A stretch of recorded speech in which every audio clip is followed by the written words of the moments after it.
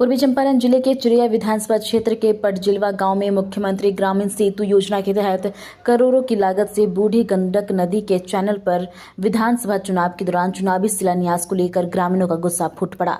चुनाव के दौरान किए गए वादे के साथ ग्रामीण कार्य विकास विभाग के द्वारा मोतिहारी से एकमात्र आने जाने वाले मुख्य मार्ग पटजिलवा गाँव समेत दर्जनों गाँव के लिए 12 करोड़ से ज्यादा योजना का भाजपा विधायक लाल बाबू प्रसाद गुप्ता के द्वारा शिलान्यास किया गया।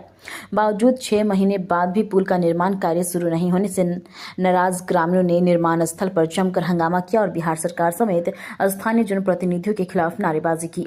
ग्रामीणों का आरोप है कि विधानसभा चुनाव के दौरान वोट लेने के लिए चिड़िया विधायक लाल बाबू प्रसाद गुप्ता और सांसद लवली आनंद ने चिड़िया प्रखंड के पटजिलवा गाँव में सिकरहना तटबंध पर पुल निर्माण का वादा के साथ शिलान्यास करते हुए संवेदक बहाल कर दी गई। पूरा माजरा बिहार विधानसभा चुनाव से ठीक एक सप्ताह पहले करीब 12 करोड़ रुपए से ज्यादा की लागत पुल का शिलान्यास तयकालीन भाजपा उम्मीदवार सह विधायक लाल बाबू प्रसाद गुप्ता ग्रामीणों को लुभा जीत दर्ज तो किया, परंतु अब ग्रामीण कार्य विकास विभाग कार्य प्रमंडल सिकरहना के द्वारा कार्य कराया जा रहा है या नहीं, सूदी भी लेने को तैयार नहीं। आक्रोशित ग्रामीणों का कहना है कि चुनाव खत्म होने के बाद पुल निर्माण को लेकर कोई ठोस पहल नहीं की गई है। कुछ समय पहले पुल निर्माण के लिए टेंडर भी हुआ है और ठेकेदारी की है, निर्माण सामग्री की गिराई जाने लगी है, लेकिन इसी बीच जल विभाग के द्वारा पुल निर्माण पर रोक लगाने का हवाला ग्रामीण कार्य विकास विभाग के द्वारा किया जा रहा था।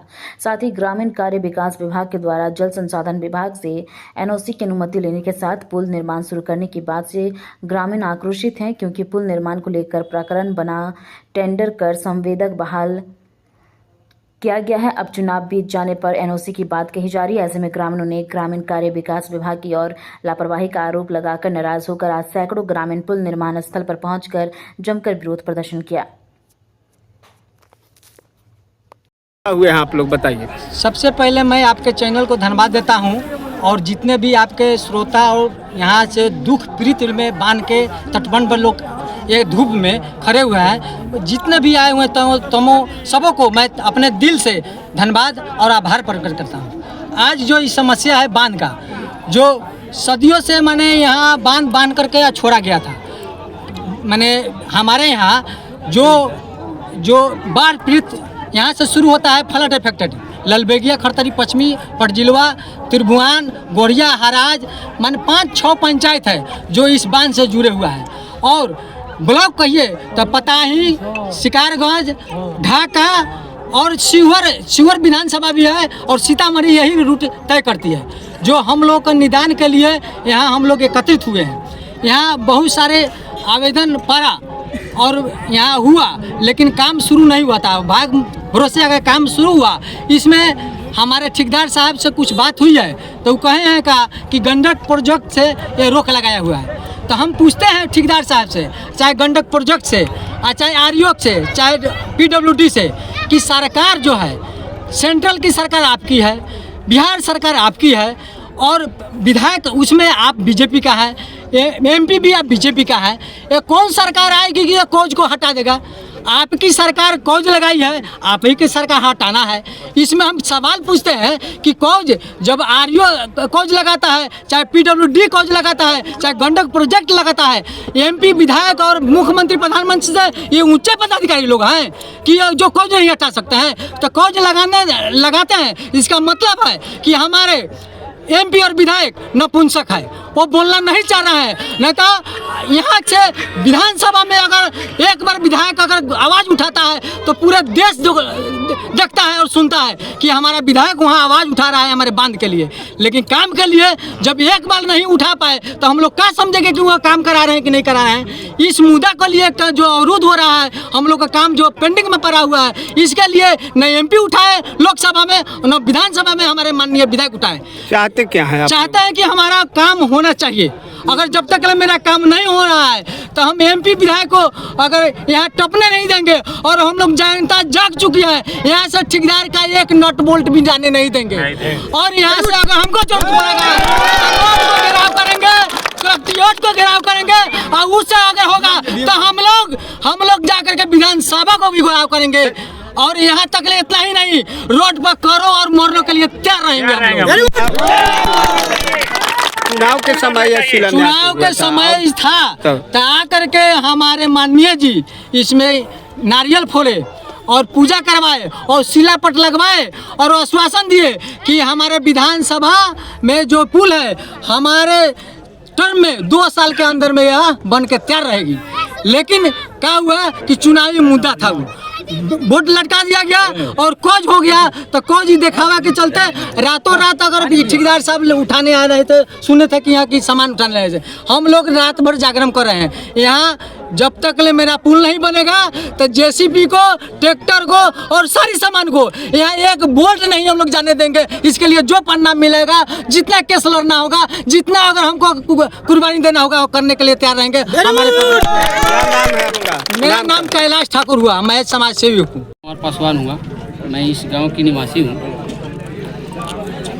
देखिए, हमने लगभग 7-8 रोज पहले जो है माननीय विधायक श्री लालबाबू प्रसाद गुप्ता जी को धन्यवाद दिया था, और जयराम सहनी हमारे पंचायत के ही है, पूर्व पंचायत समिति है, उनको भी धन्यवाद दिया था।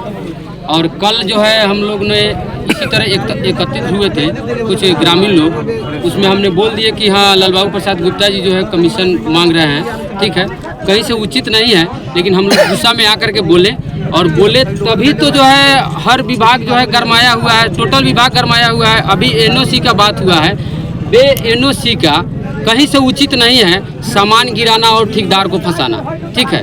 तो एनओसी नहीं जब मिला था ठेकेदार को, तो ठेकेदार को जो है काम क्यों दिया गया चुनाव से पहले शिलान्यास क्यों किया गया? इसका मतलब है वोट के चलते जो है, वोट लेने के लिए चुनावी रंजिश के चलते जो है लालबाबू प्रसाद गुप्ता जी और लवली आनंद जी दोनों जो है शिलान्यास करके और यहाँ से वोट लेकर के चले गए।